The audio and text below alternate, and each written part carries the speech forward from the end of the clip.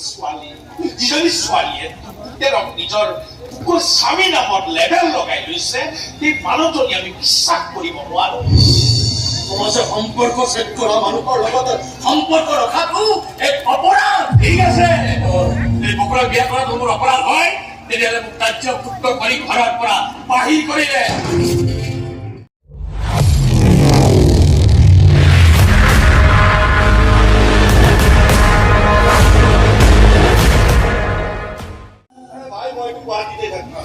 এইখন সমাজৰ লগত মিলি চলিব লাগিলে কোন চলিব লাগিব তই বিদায় তই আনৰ ঘৰৰ কাজিয়া কৰিয়ে ভাঙি ভাঙি তই এদিন বুঢ়া হলি তই ৰাস্তালৈ ওলাই গ'লে গাঁৱৰ বোৱাৰীবিলাকে উৰণি লয় আৰু আজি সেই কলংকিনীজনীৰ কাৰণে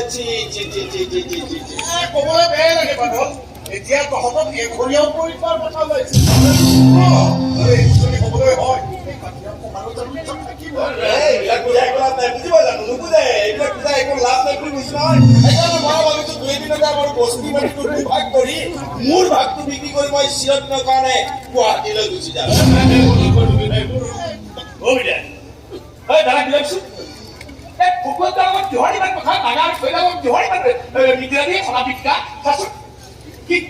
ৰাজধানী এক্সপ্ৰেছ চলি গৈছে কি কৰে একো ঠিক নাই এটা কাম কৰি বুজিছ তই ঘূৰা নহ'লে মানে কেৰাহীখন আনিলি আমাৰ গাড়ীখন অলপ সৰু হৈছেতো 340 টকা ল'লে ভাল কেৰাহী তোৰ হেৰি শহাবহু মাৰ্কা কেৰাহী আমাৰ মানে গাড়ীখন সৰু হৈছেতো এতিয়া আৰু ডাঙৰ এখন আনিলেও আৰু মানুহ আহিলেও আৰু দিগদাৰ নহয়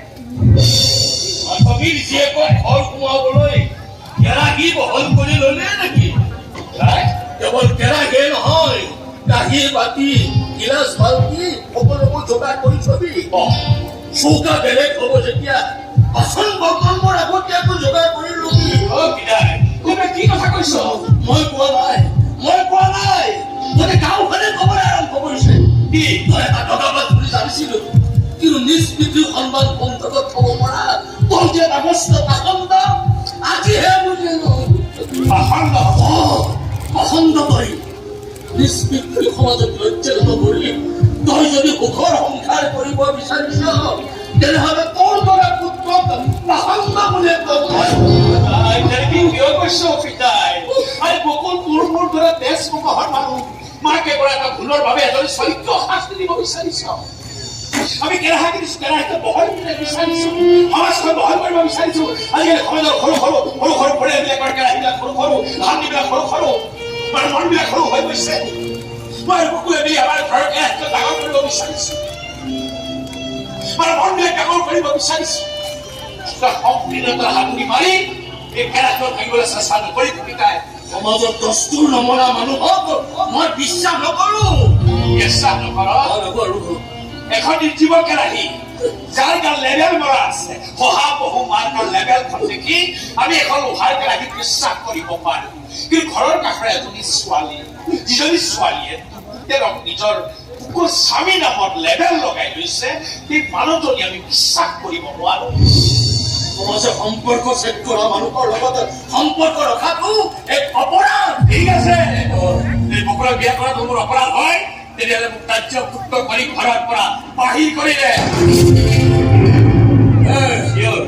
যদি বদনামী মাধৱীৰ ছোৱালীজনীক বিয়া পতাৰ তোৰ ইমানেই হাবিয়া তেনেহ'লে নিজ হাতেৰে পিতৃ কোঠাৰ বঢ়াই থৈছো মোৰ বুকুত বহুৱাই দিলে এনেকে কিয় কৈছ বকুলে মোলৈ সপোন দেখিছে মই বকুললৈ বহুত সপোন দেখিছো ইয়াৰ সপোনবিলাকৰ একো মূল্য নাই বয়সলৈ লোহা কোবাই তহঁত মাতৃহাৰা সন্তান দুটাকে কোলাই বকুল চাই লৈ তহঁত দুটাক ভাত খুৱাই দিছে এই কাম দুখনত উঠাই নৈৰ পাৰে পাৰে ঘূৰাই লৈ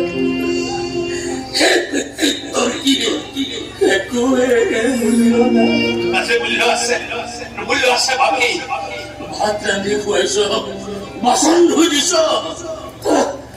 কাপোৰ ধুই দিছ বাৰ্ধক্যৰ বিষয়ে জৰ্জৰিত কৰা এই দেহটোত অকণমান মালিচ কৰি দিছ বুজিছ পিতৃৰ প্ৰতি সন্তানৰ দায়িত্ব।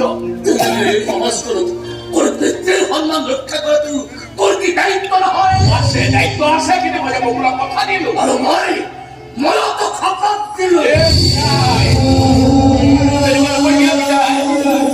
মোৰ সন্মুখত তই গুৰু দুৰ্নচাৰ্য সহ্য নিদিবি। এষাৰ পৰা বিচৰাটোৰ মোৰ পৰাই গুৰু দক্ষিণা বিচাৰি। কিয় বিচাৰিছ গুৰু দক্ষিণা? মই যদি বকুলৰ কপালৰ সেন্দুৰ নিদিওঁ, তাই পাগলী হৈ যাব পিতাই। তাই পাগলী হৈ যাব।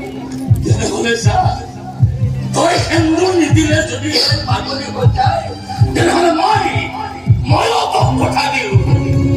এই পাগলীজনীকে তই তোৰ পত্নী কৰি লবি যা। তেতিয়াই সমাজখনে তোকে চাপাচি দি কব, এই চা, এই কাকিৰাম কুমাৰৰ কি মহান কাম কৰিছে। এজনী আঘাৰী ছোৱালীক তাই পত্নীৰ মৰ্যাদা দিছে চা। পাহৰি যা বকুলক। আৰে মই যে তাইক কথা দিলো, মৰে শপত দিলো তোক।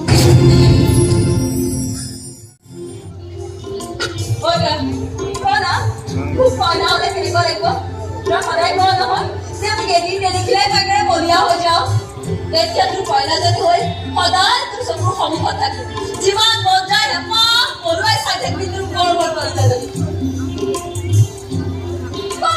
লাগিছে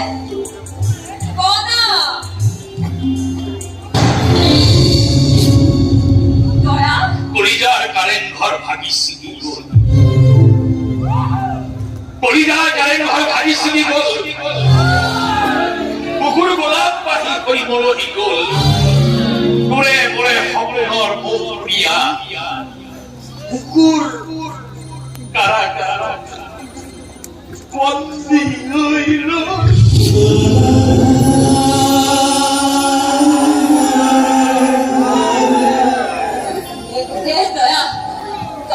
কি কৈ আছো ন? মই একো বুজিয়ে পোৱা নাই। প্ৰমাণচক প্ৰেমিকটোৱে তাইক আমাৰ বকুলৰ কপালত সেতুৰ পিন্ধাব নোৱাৰে। শব্দ হয় কি কথা দি আহিছে।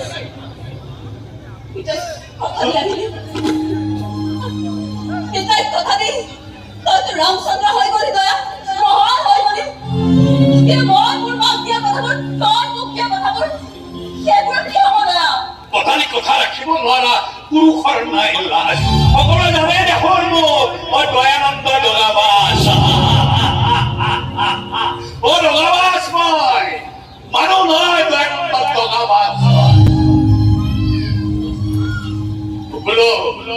প্ৰেমত পৰিবলৈ কলিজা প্ৰেমিকাৰ কপালৰ সেন্দুৰ দিবলৈ কপাল লাগি বকুল এখন মস্ত কপাল।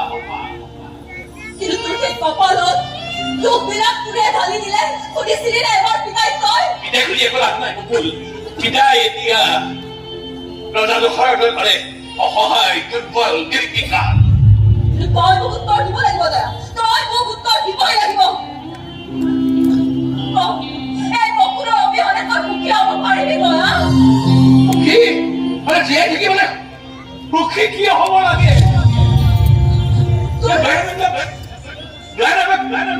সপোন কিয় লাগে? সপোনো নালাগে মানে তোক।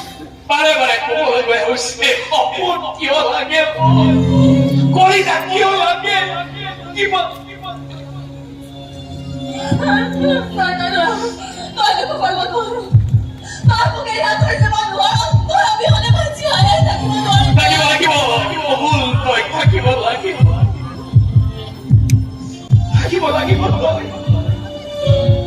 কিন্তু কেৱল জীয়াই থকাটোৱেই জীৱন নহয় দয়া। তোৰ অবিহনে এটা জীৱন মই কল্পনাও কৰিব নোৱাৰো। তোক লৈ মই দেখা ইমান মোৰ সপোনৰ মই কি কৰিম কওঁ? কুকুৰ কাৰাগাৰৰ বন্দী কৰি বুকুৰ কাৰাগাৰত বন্দী কৰি ওলাব নোৱাৰাকৈ মস্ত তলা লগাই সপোন বিলাকক বুকুৰ কাৰাগাৰত বন্দী কৰি